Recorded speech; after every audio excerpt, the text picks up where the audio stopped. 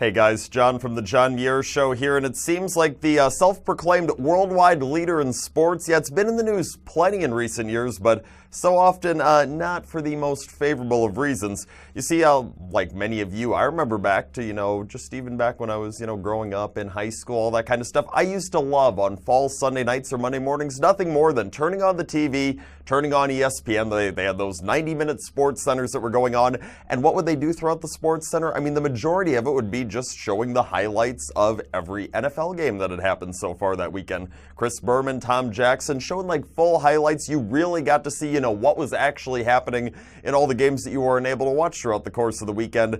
But sadly, times they have changed so much in Bristol. That's not what Sports Center's about anymore. It's not what ESPN's about anymore. Now you turn on the flagship program from the four-letter network, and what is it that you're getting? Yeah, you're getting politics shoved down your throat left and right, a liberal agenda for 60 minutes straight. That's what they do. They just talk so much about politics, and they seem perfectly fine with it. They've got all these folks who know nothing about politics whatsoever, a bunch of liberals who wanted to originally go into sports broadcasting, but apparently in the past couple of years now, because they hate Donald Trump so much, decided, all of a sudden we're expert political pundits now too, and they spew a bunch of opinions that they can't actually back with facts. It's just absolutely pathetic. I mean, they go praising a bunch of these athletes who go off being social justice warriors. Guess what? People aren't tuning in so they can hear about your liberal views or your social justice warriors that you want to just lick the ground that they walk on. No, they come here looking for sports. And when you do get sports on ESPN nowadays, it's the same exact topics they talk about every single day. Ooh, here's more about LeBron James. Let's talk some more about the Dallas Cowboys.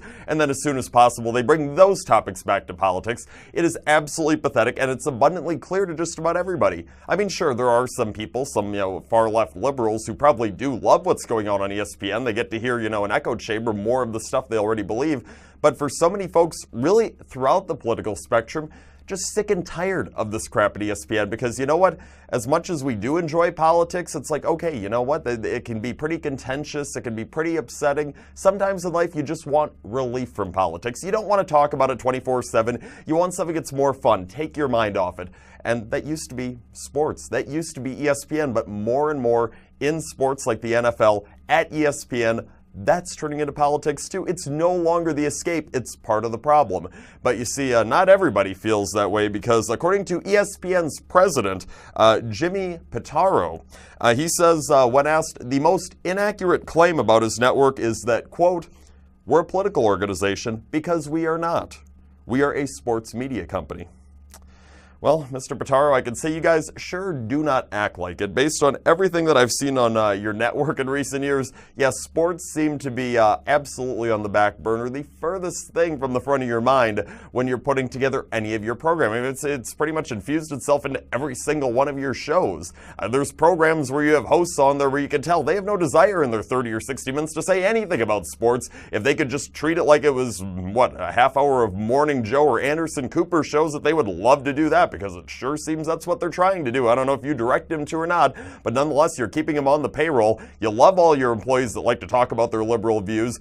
Oh, and what do? Yeah, even though you claim that you're not about politics, you claim that no, all opinions are welcome here. We tolerate all viewpoints. Why is it that whenever somebody who works for your network that's a conservative speaks up, even if it's when they're not on your campus grounds, if they're at an event or something, all of a sudden they end up getting demoted or punished or terminated in some way? Doesn't really seem that equal to me. It's just absolutely unbelievable what's going on there, and people have been taking notice, plenty of people.